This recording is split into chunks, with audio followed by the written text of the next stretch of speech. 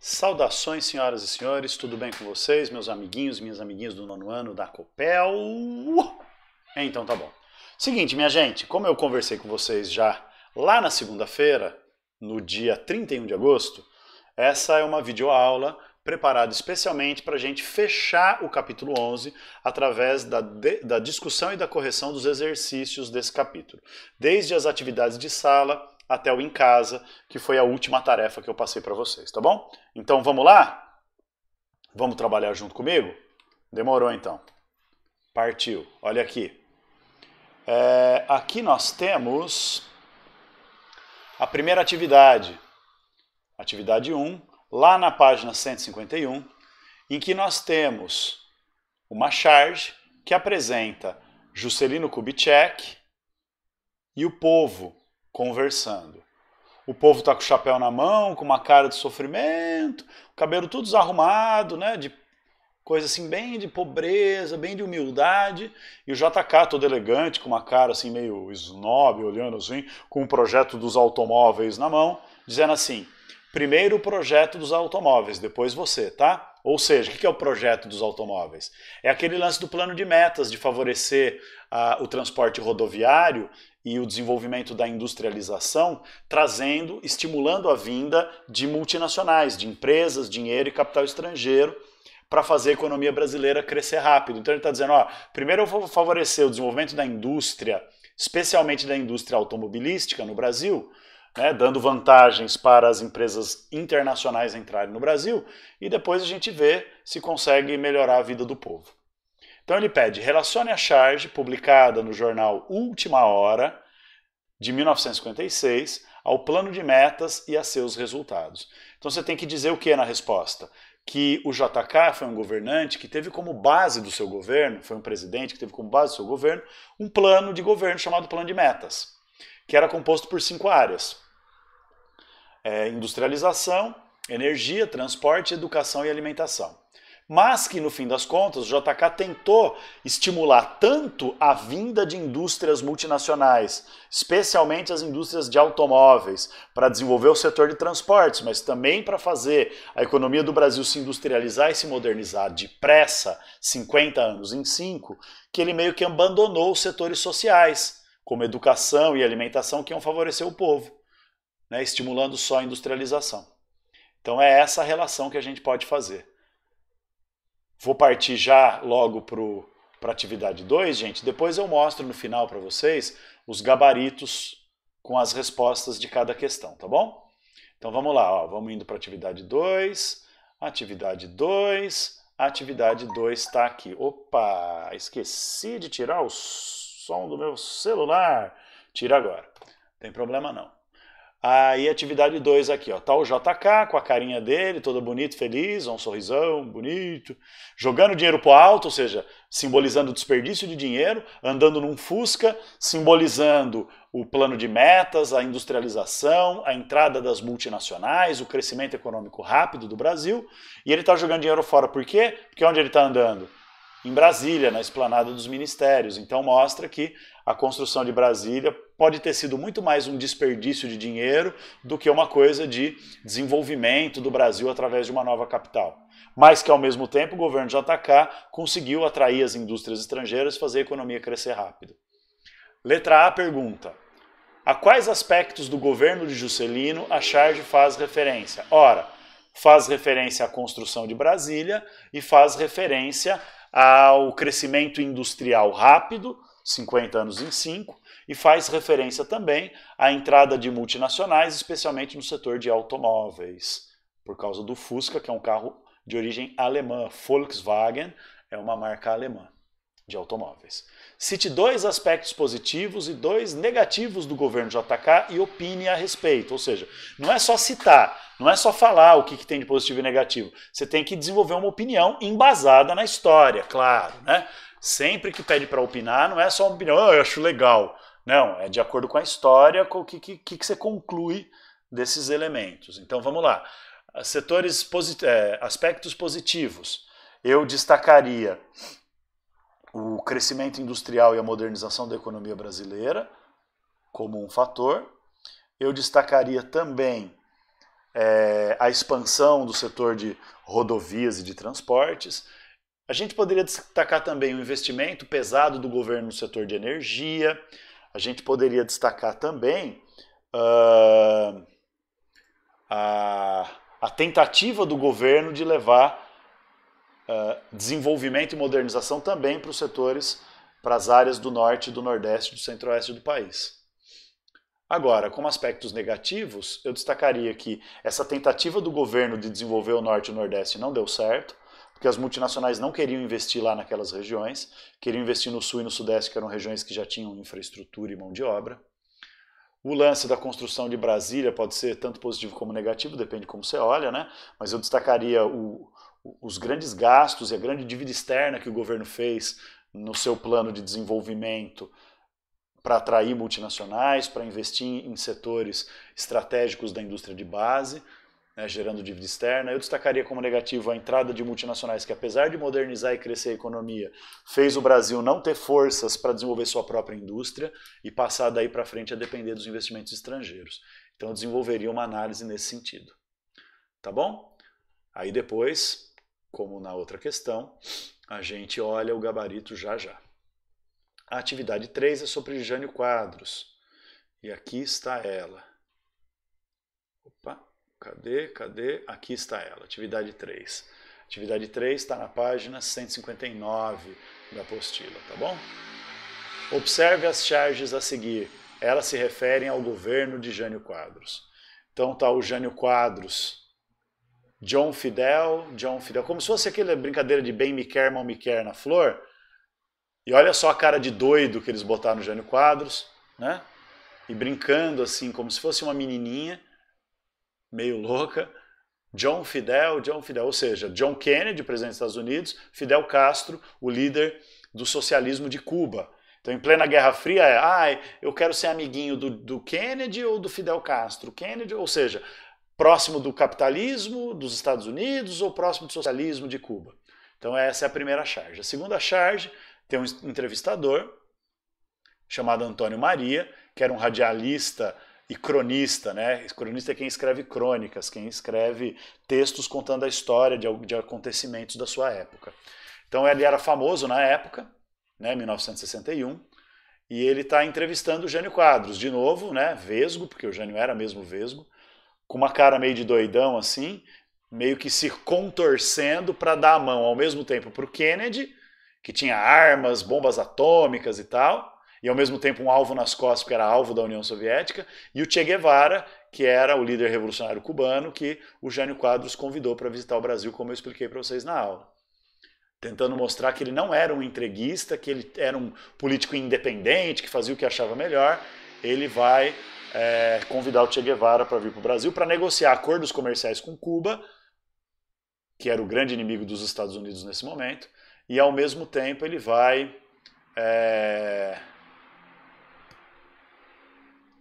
dar uma medalha para o Che Guevara, dizendo que, né, olha, que importante, você que luta pela libertação dos povos da América. E aí o Antônio Maria está perguntando assim, é verdade que o senhor ficou estrábico, ou seja, vesgo, porque tem um olho em Moscou, representado pelo socialismo cubano, e o outro no capital, no dinheiro, no investimento americano, com a entrada das multinacionais, representado pelo John Kennedy?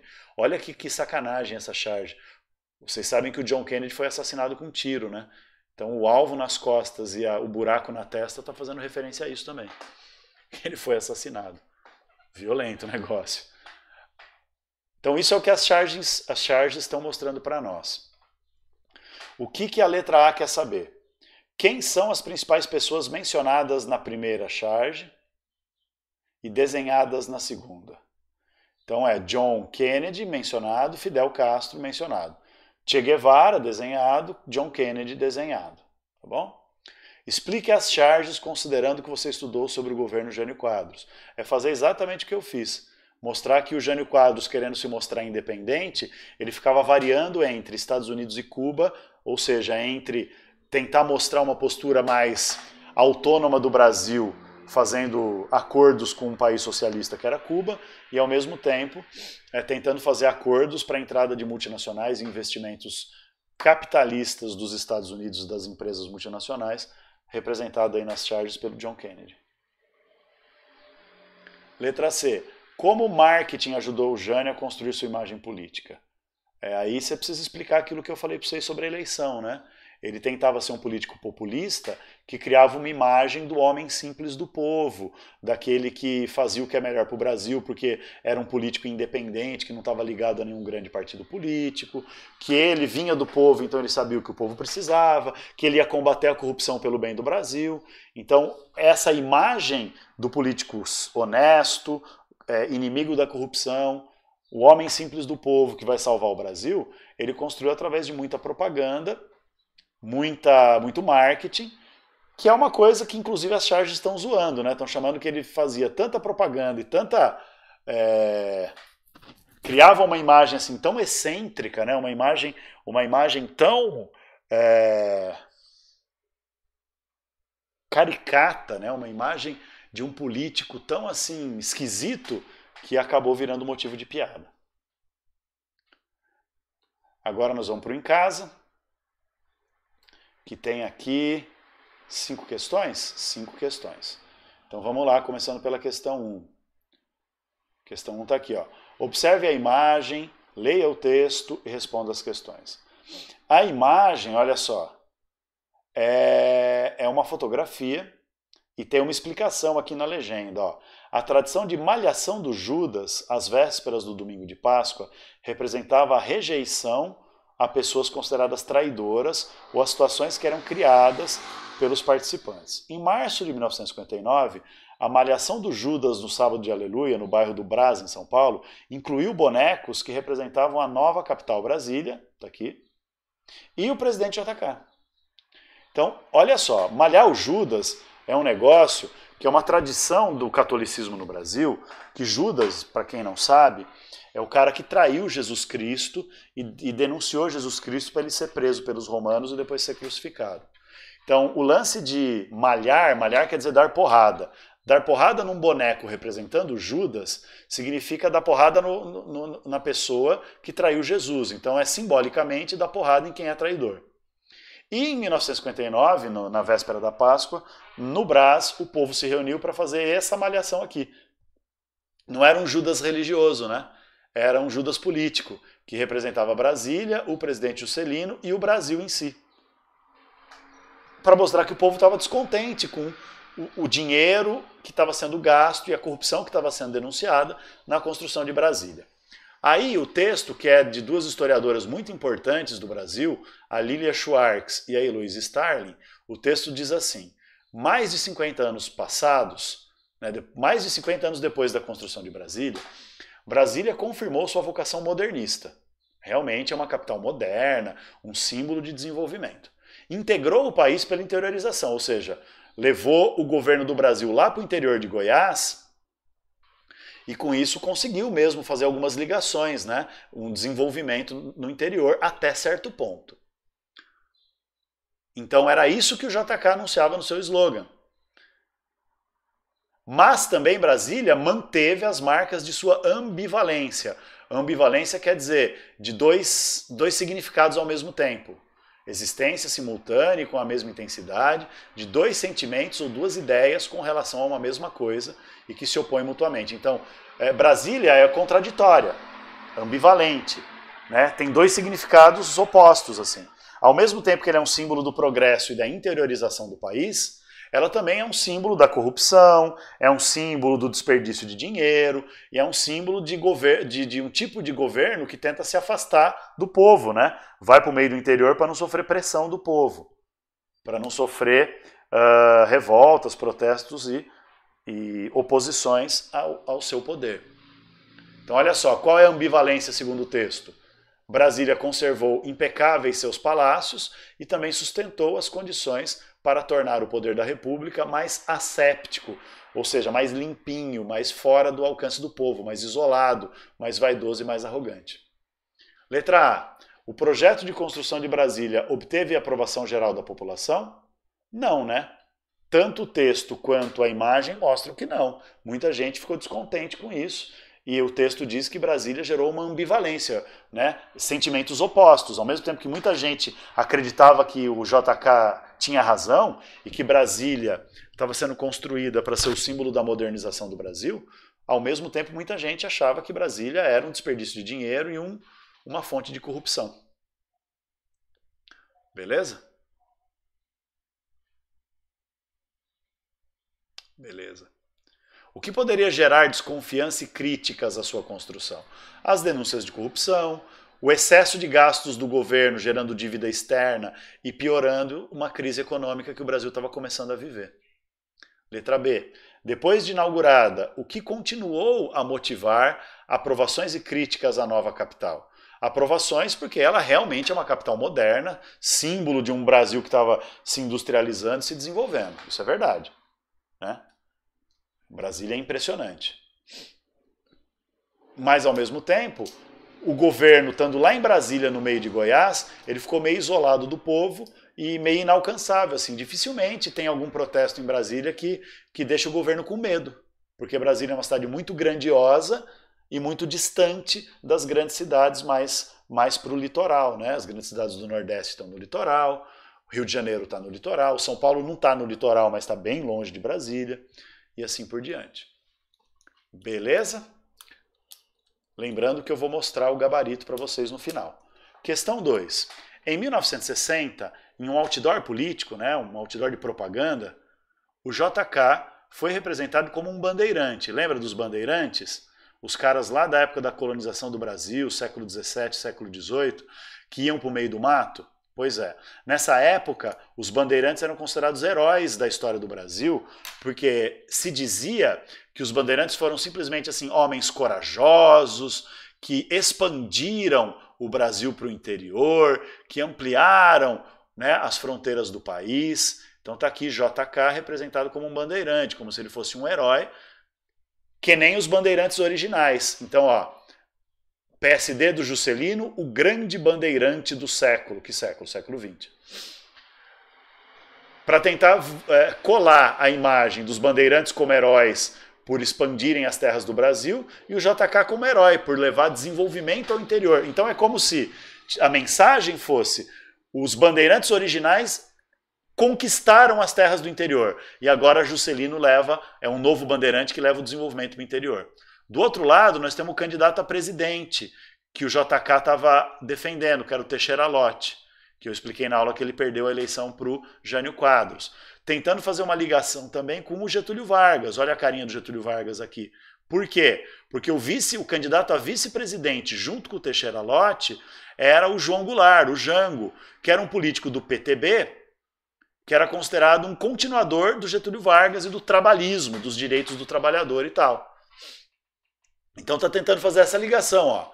Votar no Teixeira Lott na eleição de 1960 é votar na continuação do que o Getúlio e o Juscelino fizeram para o Brasil. Não deu certo, nós sabemos disso, né? Porque o Jânio Quadros acabou sendo eleito. Na letra A ele pede: explique a associação entre Juscelino e os bandeirantes. Já expliquei, né? Hoje a gente sabe que os bandeirantes são escravizadores de índios, que iam para o interior para atacar tribos indígenas, escravizar os índios e vender os índios de escravo nas cidades coloniais do Brasil. Mas naquela época, 1960, os bandeirantes eram vistos apenas como heróis que levaram, que interiorizaram, que conquistaram o interior do Brasil e ampliaram os territórios do Brasil. Então é uma tentativa de dizer que o JK também é um herói. Porque enquanto os bandeirantes expandiram o território do Brasil no interior, o JK pegou esses territórios quase abandonados e levou o desenvolvimento industrial e a modernização para o interior. Então é um novo tipo de bandeirante, um novo tipo de herói. Na letra B ele pergunta o quê? Assim como os bandeirantes dos séculos XVI e XVII, também considerados exterminadores de indígenas, Juscelino sofreu muitas críticas. Terminou seu governo com baixa popularidade, a ponto de seu sucessor, que era para ser o Teixeira Lott, mas não foi. O seu sucessor, Jânio Quadros, foi eleito fazendo fortes críticas e oposição ao JK na sua campanha. Quais são as principais críticas ao governo JK? Primeiro, o Brasil ficou endividado e entrou em crise econômica por depender das multinacionais. Segundo, o desperdício de muito dinheiro na construção de Brasília. Terceiro, as denúncias de corrupção. Então junta denúncias de corrupção, a sensação de que desperdiçou-se muito dinheiro em Brasília, o aumento da dívida externa e a crise econômica, que estava gerando desemprego e inflação, que aumenta o aumento dos preços, isso tudo fez JK perder, o governo JK perder a popularidade e o próprio JK não ser tão bem visto assim como era antes. Beleza? Então, letra B. Agora a terceira questão, a terceira questão nós temos outra charge, que tem aqui Juscelino Kubitschek sentado em cima de uma pirâmide escrita burocracia. Aqui, ó, burocracia, negociatas, déficit, corrupção.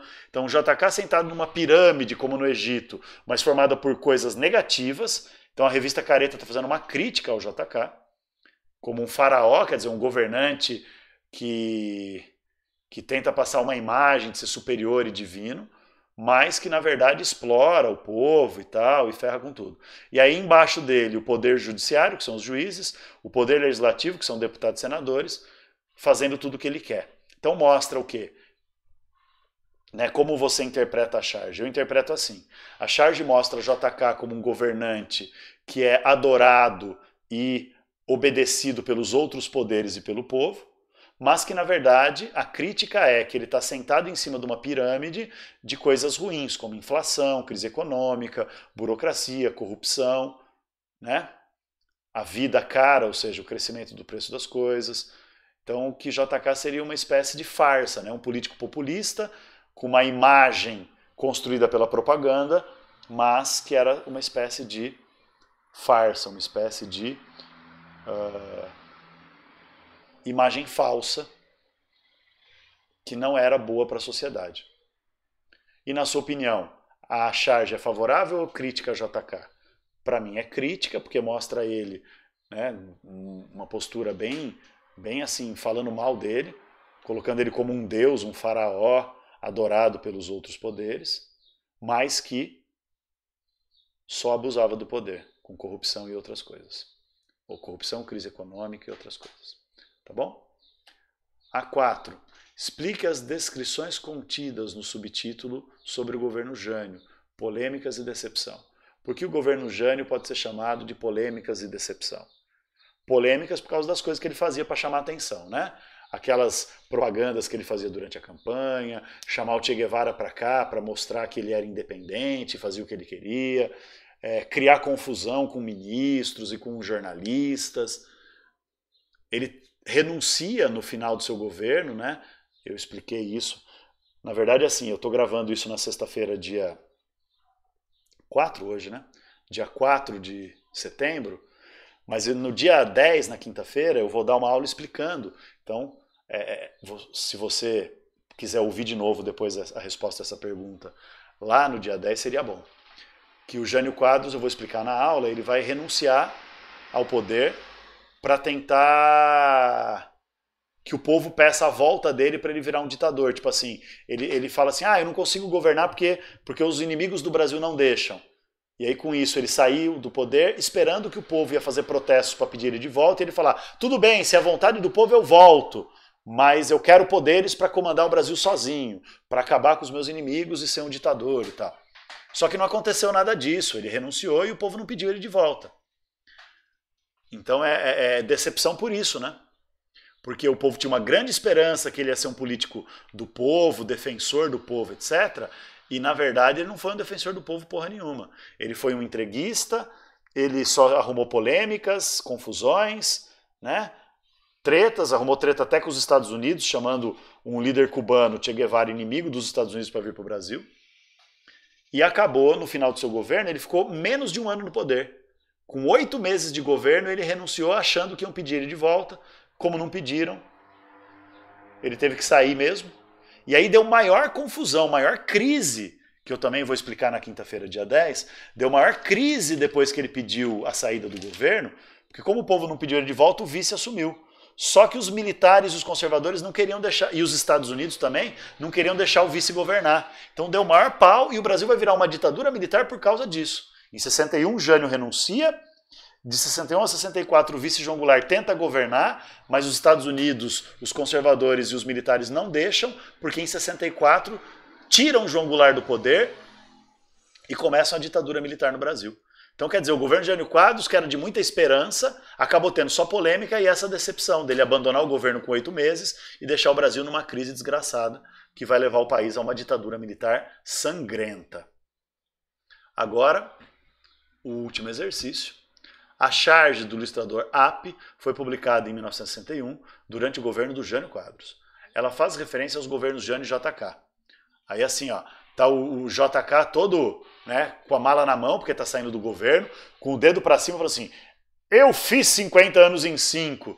E aí o Jânio Quadros com uma cara de bosta, assim, falou assim, você fez, mas eu vou pagar os 50 em 5. Ou seja, você gerou dívida externa, deixou o Brasil cheio de problemas e dívidas que agora eu vou ter que pagar. Então é esse o sentido da charge, dizer que o plano do desenvolvimento do JK gerou uma crise que tornou muito difícil o próximo governo, que era do Jânio Quadros, conseguir governar, por causa da dívida externa e dos problemas todos que a construção de Brasília e os 50 anos em 5 geraram para o país. Beleza, galera? Então é isso. Isso encerra a minha explicação sobre essas 8 questões que eram as atividades aí da nossa apostila, tá? Agora eu vou para o gabarito para vocês. Olha só. Deixa eu só dar uma olhada numa coisa. Beleza. Vou no gabarito agora. Aqui está.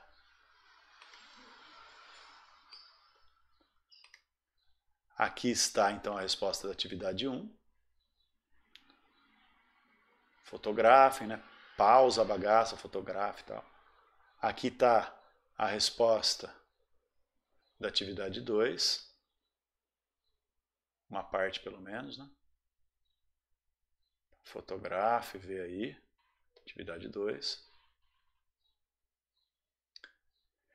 Aqui está a conclusão da atividade 2. Né? O final da resposta da atividade 2. Aqui já é a atividade 3, olha só, deixa eu trazer para cima. Vou apagar isso aqui para não gerar confusão. Tchau, confusão. Tchau, confusão. Aqui já está estão as respostas da atividade 3. A, B e C.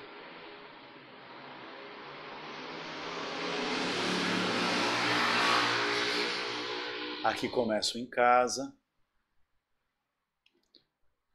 Em casa 1, A e B está aqui.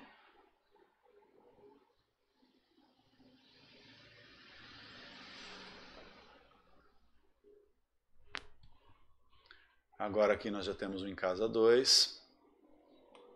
A e B também.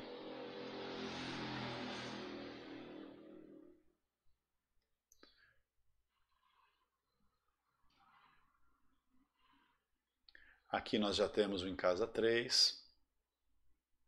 A e B também.